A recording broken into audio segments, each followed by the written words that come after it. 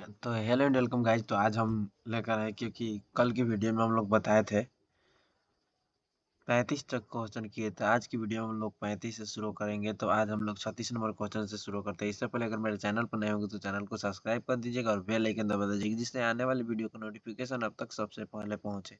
तो चलिए बिना देर के वीडियो को स्टार्ट करते हैं। तो यहाँ पर 36 नंबर क्वेश्चन है कि किसका अपवर्तनांक सबसे अधिक होता है। तो किसका अपवर्तनांक सबसे अधिक होता है, किसका अपवर्तनांक सबसे अधिक होता है, किसका अपवर्तनांक सबसे अधिक होता है, हीरा का। किसका अपवर्तनांक सबसे अधिक होता है, हीरा का। किसका अपवर्तनांक सबसे अधिक होता है, हीरा का। किसका अपवर्तनांक सबसे अधिक होता है, हीरा का। किसका अपवर्तनांक सबसे अधिक होता है, हीरा का। उसके बाद 37 नंबर क्वेश्चन की किस लेंस को अभिसारी लेंस कहा जाता है, किस लेंस को अभिसारी लेंस कहा जाता है, किस लेंस को अभिसारी लेंस कहा जाता है, किस लेंस को अभिसारी लेंस कहा जाता है, किस लेंस को अभिसारी लेंस कहा जाता है, उत्तल लेंस। उत्तल लेंस। किस लेंस को अभिसारी लेंस कहा जाता है, उत्तल लेंस। किस लेंस को अभिसारी लेंस कहा जाता है, उत्तल लेंस। किस लेंस को अपसारी लेंस कहते हैं, अवतल लेंस। अवतल लेंस। किस लेंस को अपसारी लेंस कहते हैं, किस लेंस को अपसारी लेंस कहते हैं, किस लेंस को अपसारी लेंस कहते हैं, किस लेंस को अपसारी लेंस कहते हैं। तो यहाँ पर देख लीजिए अवतल लेंस, यानी किस लेंस को अपसारी लेंस कहते हैं, अवतल लेंस। कौन लेंस की क्षमता का मात्रक है, कौन लेंस की क्षमता का मात्रक है, लेंस की क्षमता का मात्रक क्या है, लेंस की क्षमता का मात्रक क्या है, लेंस की क्षमता लेंस की क्षमता का मात्रक क्या है, जिसे हम लोग डाइऑप्टर कहते हैं। लेंस की क्षमता का मात्रक क्या है, डाइऑप्टर। डाइऑप्टर जिसे हम लोग डी से सूचित करते हैं। किस लेंस की फोकस दूरी धनात्मक होती है, किस लेंस की फोकस दूरी धनात्मक होती है, किस लेंस की फोकस दूरी धनात्मक होती है, किस लेंस की फोकस दूरी धनात्मक होती है, किस लेंस की फोकस दूरी धनात्मक होती है, किस लेंस की फोकस दूरी धनात्मक होती है। तो उसे हम लोग क्या कहते हैं, उसे हम लोग उत्तल लेंस कहते हैं। उत्तल लेंस। उत्तल लेंस कहते हैं। किस माध्यम में प्रकाश की चाल अधिक होती है, किस माध्यम में प्रकाश की चाल अधिकतम होती है, किस माध्यम में प्रकाश की चाल अधिकतम या अधिक होती है, किस माध्यम में प्रकाश की चाल अधिकतम या अधिक होती है, किस माध्यम में प्रकाश की चाल अधिकतम या अधिक होती है, किस माध्यम में प्रकाश की चाल अधिकतम या अधिक होती है, किस माध्यम में प्रकाश की चाल अधिकतम या अधिक होती है। तो उसे हम लोग क्या कहते हैं, उसे हम लोग निर्वात में अधिकतम या अधिक होती है। उसके बाद यह शब्दकोश के छोटे अक्षरों को पढ़ने के लिए लेंस का उपयोग करना पसंद करेंगे। आप शब्दकोश के छोटे अक्षरों को पढ़ने के लिए किस लेंस का उपयोग करेंगे, तो 5 सेंटीमीटर उत्तल लेंस का। 5 सेंटीमीटर उत्तल लेंस का उपयोग करेंगे। 5 सेंटीमीटर उत्तल लेंस का उपयोग करेंगे। उसके बाद एक लेंस की फोकस दूरी 20 सेंटीमीटर है, तो इसकी क्षमता क्या होगी, क्षमता क्या होगी, इसकी क्षमता क्या होगी, उसकी क्षमता क्या होगी, इसकी क्षमता क्या होगी। उत्तल लेंस की फोकस दूरी हमेशा धनात्मक होती है, तो इसकी क्षमता बराबर, तो डी बराबर होता है, तो पी बराबर होता है, सॉरी पी बराबर होता है 100/, अगर सेंटीमीटर में दिया है तो 100/20। 100/20, तो इसको कटाइएगा तो आ जाएगा पी बराबर 5 डाइऑप्टर। 5 डाइऑप्टर यानी डी। 5 डाइऑप्टर यानी डी।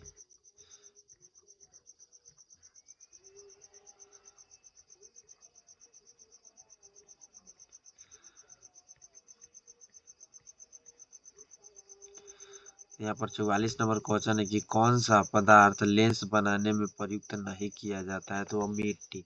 मिट्टी। कौन सा पदार्थ लेंस बनाने में प्रयुक्त नहीं किया जाता है, मिट्टी। मिट्टी। कौन सा पदार्थ लेंस में प्रयुक्त नहीं होता है, मिट्टी। मिट्टी। मिट्टी। प्रकाश प्रवर्धन के कितने नियम होते हैं, प्रकाश प्रवर्धन के कितने नियम होते हैं, प्रकाश प्रवर्धन के कितने नियम होते हैं, प्रकाश प्रवर्धन के कितने नियम होते हैं, प्रकाश प्रवर्धन के कितने नियम होते हैं, प्रकाश प्रवर्धन के कितने नियम होते हैं, दो दो दो दो। किस लेंस के द्वारा सिर्फ काल्पनिक प्रतिबिंब बनता है, किस लेंस के द्वारा सिर्फ काल्पनिक प्रतिबिंब बनता है, किस लेंस के द्वारा सिर्फ काल्पनिक प्रतिबिंब बनता है, किस लेंस के द्वारा सिर्फ काल्पनिक प्रतिबिंब बनता है, किस लेंस के द्वारा सिर्फ काल्पनिक प्रतिबिंब बनता है, तो वो अवतल लेंस के द्वारा। अवतल लेंस के द्वारा सिर्फ काल्पनिक प्रतिबिंब बनता है। एक डिग्री एंगस्ट्रॉम का मान क्या होता है, एक डिग्री एंगस्ट्रॉम का मान क्या होता है, तो 10 के पावर 10 मीटर होता है। 10 के पावर माइनस 10 मीटर होता है। 10 के पावर 10 माइनस मीटर होता है। एक उत्तल लेंस होता है। एक उत्तल लेंस क्या होता है? किनारों की अपेक्षा बीच में मोटा होता है। उत्तल लेंस क्या होता है? किनारों की अपेक्षा बीच में मोटा होता है। एक उत्तल लेंस क्या होता है? किनारे की अपेक्षा बीच में मोटा होता है। एक उत्तल लेंस क्या होता है? किनारे की अपेक्षा बीच में मोटा होता है। उत्तल लेंस क्या होता है? किनारे की अपेक्षा बीच में मोटा होता है। किस बीम का वास्तविक प्रतिबिंब समान आकार का प्राप्त करने हेतु बीम को उत्तल लेंस के सामने कहाँ रखा जाए? कहाँ रखा जाए? किसी बीम का वास्तविक प्रतिबिंब समान आकार का प्राप्त करने हेतु बीम को उत्तल लेंस के सामने कहाँ रखा जाए? तो वक्रता केंद्र पर रखा जाए। कहाँ रखा जाए? वक्रता केंद्र पर रखा जाए। उत्तल लेंस द्वारा वर्धित काल्पनिक प्रतिबिंब बनाता जब वस्तु रहती है। कहाँ रहती है? उत्तल लेंस द्वारा वर्धित काल्पनिक प्रतिबिंब बनाता है जब वस्तु रहती है। कहाँ रहती है? फोकस और लेंस के बीच रहती है। कहाँ रहती है? फोकस और लेंस के बीच रहती है। किस वस्तु का वास्तविक प्रतिबिंब कौन बनाता है? किसी वस्तु का वास्तविक प्रतिबिंब कौन बनाता है? किसी वस्तु का वास्तविक प्रतिबिंब कौन बनाता है? उत्तल लेंस बनाता है। उत्तल लेंस बनाता है। उत्तल लेंस बनाता है। फोटोग्राफी का अदृश्य होता है। फोटोग्राफी का अदृश्य किसका होता है? उत्तल लेंस का होता है। फोटोग्राफी का अदृश्य किसका होता है? उत्तल लेंस का होता है। उत्तल लेंस का होता है। फोटोग्राफी का अदृश्य किसका होता है? उत्तल लेंस। प्रकाश का चाल न्यूनतम होता है किसमें? प्रकाश की चाल न्यूनतम होता है किसमें? कांच के अनुसार कांच में होता है। ऑप्टिक्स के अनुसार कांच में होता है। कांच में होता है। कांच में प्रकाश का चाल न्यूनतम होता है। कांच में होता है। कांच में होता है। अवतल दर्पण के सामने वस्तु को कहाँ रखने पर प्रतिबिंब की साइज समान बनेगा? ये समान साइज का बनेगा। अवतल दर्पण के सामने वस्तु को कहाँ पर रखा जाए कि उसका प्रतिबिंब वक्रता केंद्र पर बनेगा? उसके प्रतिबिंब वक्रता केंद्र पर बनेगा। उसका प्रतिबिंब वक्रता केंद्र पर बनेगा तो उसका आकार समान साइज का होगा। उसके बाद है कि स्नेल के नियम को हम लोग क्या कहते थे? स्नेल के नियम को हम लोग म्यू बराबर साइन आई बटा साइन आर कहते हैं। यानी आई का मतलब हुआ क्या हुआ? आपतन कोण और आर का मतलब परावर्तन कोण। उसके बाद है उत्तल लेंस के सामने वस्तु को कहाँ रखने पर प्रतिबिंब बराबर आकार का बनेगा? उत्तल लेंस के सामने वस्तु को कहाँ रखने पर प्रतिबिंब बराबर आकार के बनेगा? तो इसको भी वक्रता केंद्र पर रखने पर प्रतिबिंब बराबर आकार का बनेगा। 25 सेंटीमीटर फोकस स्थानांतर वाले अवतल लेंस की क्षमता कितनी होगी? 25 सेंटीमीटर फोकस। तो अवतल लेंस में फोकस दूरी हमेशा ऋणात्मक होती है।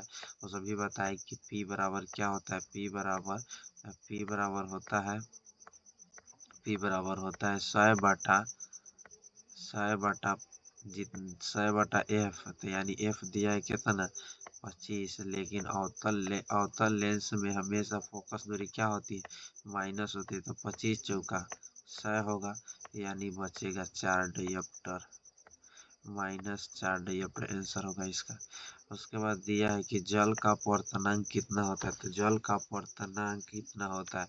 जल का अपवर्तनांक 1.33 होता है और हीरे का अपवर्तनांक 2.24 होता है। जल का अपवर्तनांक कितना होता है? 1.33 होता है। हीरे का अपवर्तनांक 1.42 होता है। तो उसके बाद चलिए हम लोग चलते हैं। उसके बाद इधर है कौन सा लेंस वास्तविक और आभासी प्रतिबिंब दोनों बनाता है? कौन सा लेंस वास्तविक और आभासी प्रतिबिंब दोनों बनाता है? कौन सा लेंस वास्तविक और आभासी प्रतिबिंब दोनों बनाता है? वह उत्तल लेंस होता है। वह उत्तल लेंस होता है। एक लेंस की क्षमता 5 डायोप्टर होता है। किस प्रकार का लेंस है? अगर प्लस में दिया हो तो डायोप्टर है तो वह कौन सा लेंस होगा? कौन लेंस की क्षमता 5 डायोप्टर है तो इस प्रकार की लेंस है। किस पर बताइए वह कौन सा लेंस होगा? वह उत्तल लेंस होगा। कौन सा लेंस होगा? उत्तल लेंस। और 20 सेंटीमीटर उसका फोकस होगा। 1 मीटर फोकसांतर वाले अवतल लेंस की क्षमता क्या होती है? 1/f यानी 1 डायोप्टर। यानी अवतल लेंस का है तो -1 डायोप्टर होगा। उसके बाद दे रहा है कि एक प्रयोग में अवतल दर्पण द्वारा किसी बीम का प्रतिबिंब पर्दे पर प्राप्त किया जाता है, तो दर्पण की फोकस दूरी निर्धारित करने के लिए प्रयोगकर्ता को माप की जरूरत होती है। तो दर्पण पर्दे और प्राप्त के बीच दूरी दर्पण की बीम के बीच की दूरी ऑप्टिक्स होता है। केंद्र सी मतलब केंद्र होता है।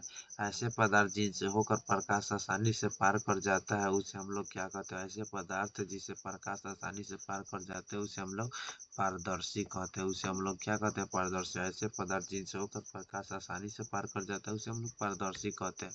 किस दर्पण द्वारा वास्तविक प्रतिबिंब मिल सकता है? तो वह केवल अवतल दर्पण द्वारा ही वास्तविक प्रतिबिंब मिल सकता है। वह अवतल दर्पण द्वारा ही वास्तविक प्रतिबिंब मिल सकता है। किस दर्पण किसी वस्तु का काल्पनिक प्रतिबिंब हो सकता है? तो वह तीनों दर्पण के द्वारा काल्पनिक प्रतिबिंब बन सकता है। समतल, उत्तल और अवतल तीनों के द्वारा। किस वस्तु से छोटा और आभासी प्रतिबिंब किस दर्पण से प्राप्त हो सकता है? तो वह उत्तल दर्पण के द्वारा वस्तु से छोटा और आभासी प्रतिबिंब प्राप्त हो सकता है।